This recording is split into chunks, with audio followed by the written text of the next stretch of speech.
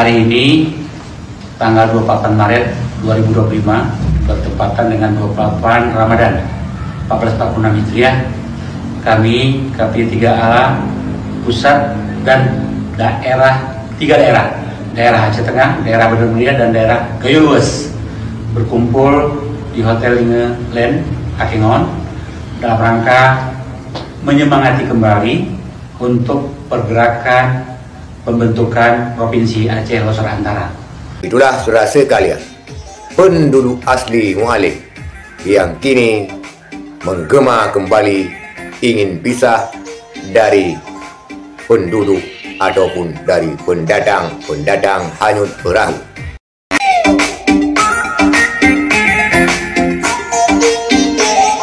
Assalamualaikum warahmatullahi wabarakatuh. Saudara Don VI Makan, semoga saudara sehat-sehat dan baik-baik saja.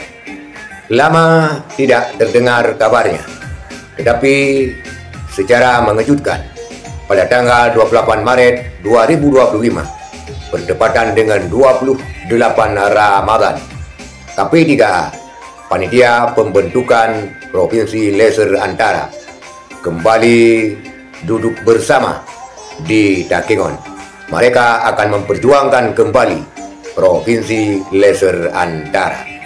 Itulah saudara sekalian, penduduk asli Muallim yang kini menggema kembali ingin pisah dari penduduk ataupun dari pendatang hanyut perahu. Kita lihat dulu videonya. Bismillahirrahmanirrahim. Hari ini tanggal 28 Maret 2025 bertepatan dengan 28 Ramadan 1446 Hijriah.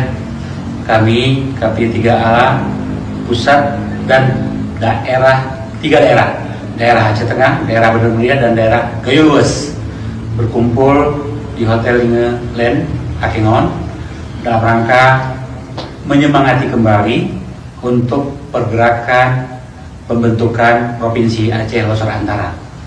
Acara ini memang merupakan gagasan dari saudara-saudara kita sewilayah Provinsi Ala dari Aceh Tengah, Bandar Mulia, Gayo Luas, Aceh Tenggara, Singkil, dan Subulus Salam untuk diaktifkan kembali, dan mudah-mudahan ini sudah saatnya untuk dilahirkan Provinsi Aceh Losor Antara.